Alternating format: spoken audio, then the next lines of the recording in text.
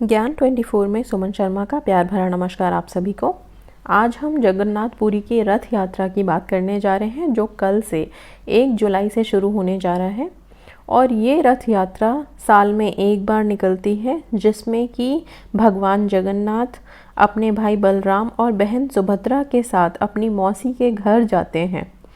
ये आषाढ़ मास की द्वितीया को इस रथ यात्रा को निकाला जाता है और इस बार ये 1 जुलाई को पड़ रहा है। ये 9 दिन तक चलती है ये यात्रा। पुरी में जगन्नाथ मंदिर से 3 सजे धजे रथ रवाना होते हैं। इनमें से सबसे आगे बलराम जी का रथ रहता है, बीच में बहन सुभद्रा का रथ और सबसे पीछे जगन्नाथ जी का रथ रहता है। रथ यात्रा का आरंभ 1 जुलाई से होगा और समापन लगभग 9 दिनों के बाद होगा। 12 जुलाई तक है इसका समापन। पौराणिक मान्यताओं के अनुसार एक बार लाडली बहन सुभद्रा ने अपने भाई कृष्ण और बलराम से नगर देखने की इच्छा जताई थी। तब दोनों भाई अपनी प्यारी बहन को रथ में बैठाकर नगर भ्रमण के लिए ले गए थे। रास्ते में तीनों अपनी मौसी के घर गुंडीचा भी गए और यहाँ पर 7 दिन तक रुके और उसके बाद नगर यात्रा को पूरा करके वापस पुरी लौटे। कहते हैं कि तभी से यहाँ पर हर साल रथ यात्रा निकालने की परंपरा शुरू हो गई है। रथ यात्रा से जुड़ी हुई बहुत सारी बातें हैं, कुछ खास परंपराएं भी हैं। लेकिन अभी जब 1 तारीख से ये रथ यात्रा निकलेगी तो आप सब इनकी जगन्नाथ जी की जो कृपा है वो कैसे पा सकते हैं अपने घरों में बैठे हुए ही। मान्यता तो ये है कि जितने लोग रथ यात्रा में पहुंचते हैं, हज़ारों की संख्या में लोग पहुंचते हैं रथ को खींचने के लिए। और जब रथ को खींचने में जो लोग भी योगदान देते हैं, कहा जाता है कि उन्हें हज़ारों यज्ञों जैसा पुण्य प्राप्त होता है। इतना ज़्यादा चमत्कारी ये रथ यात्रा है और इस रथ यात्रा की काफ़ी सारी अलग अलग मान्यताएं भी हैं। इसमें जो 3 मूर्तियां हैं ये काठ की बनी होती हैं, लकड़ियों की बनी होती हैं। भगवान जगन्नाथ जी का जो रथ है उसका नाम नंदी घोष है, जो सबसे ऊंचा होता है, 45 फुट के करीब उसकी ऊंचाई होती है। उसके बाद बलराम जी का रथ है, जिसे लाल ध्वज कहा जाता है और उसकी ऊंचाई भी 45 फीट है। इसके बाद बहन सुभद्रा का रथ आता है, जिसे दर्प दलन कहते हैं, जिसकी ऊंचाई लगभग 44 फीट है।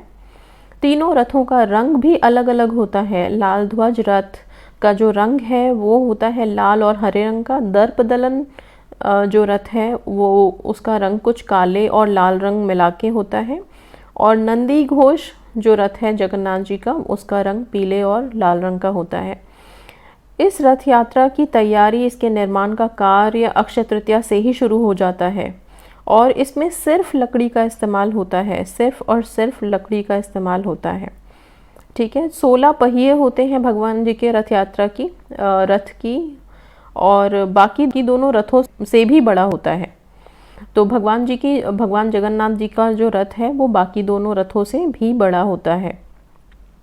अब क्योंकि ये रथ यात्रा कल से शुरू हो रही है तो भगवान जी अपने ग्रह से निकल करके पूरे ब्रह्मांड में, पूरे पृथ्वी पे विचरण करेंगे, चलेंगे। तो मान्यता यह है कि उनकी शक्ति बाहर निकली है और वो हमें देख रहे हैं। तो जब उनकी शक्तियाँ बाहर निकली हैं तो बहुत ज़रूरी है कि हम उनका स्वागत पूरे हर्ष से करें। अब ये सोचने की ज़रूरत नहीं है कि आप अगर जगन्नाथपुरी जाएंगे तभी आप भगवान की सेवा अर्चना कर सकते हैं।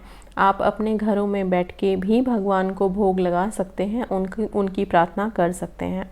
भगवान को भोग लगाने के लिए आप कुछ भी सात्विक भोजन ज़रूर बनाएं रोज़ाना, अभी 9 दिन तक, कल से लेकर के। चाहे आप सुबह उनका भोग लगाएं या फिर शाम को लगाएं, नहा धो के बिल्कुल स्वच्छ होके ही उनका भोग आप लगाएंगे।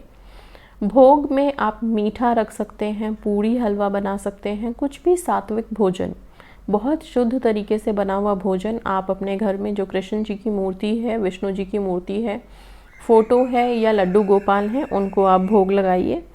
और भोग लगाने के बाद इस प्रसाद को आप खुद भी खाइए।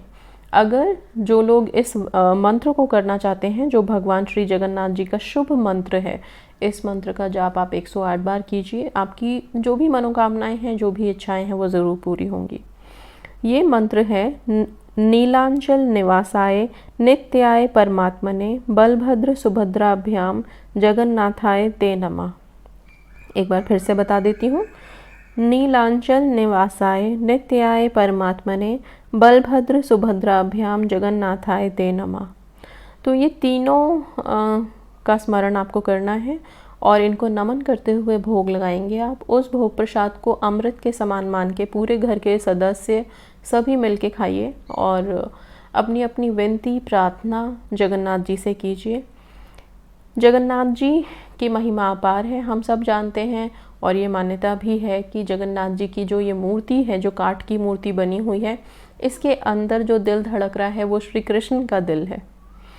तो आप समझ सकते हैं कि कितनी ज़्यादा शक्तियाँ हैं इसमें। और जब ये शक्तियाँ अपने ग्रह से निकल के बाहर घूमने रथ पे निकली हैं और हम सबके बीच आ रहे हैं, हमें देख रहे हैं, बेशक से हम पूरी नहीं पहुंच सकते, पर अगर आप यहीं पे रह के श्रद्धा भाव से उन्हें स्मरण करेंगे तो उनकी शक्तियाँ आप पे भी कृपा करेंगी। उनकी कृपा पाने का सबसे अच्छा तरीका यही है कि आप लोग सुबह नहा धो के पूजा अर्चना कीजिए, उनका ध्यान कीजिए, बलभद्र सुभद्रा और जगन्नाथ जी को एक साथ स्मरण कीजिए, इन मंत्रों का जाप आप कीजिए।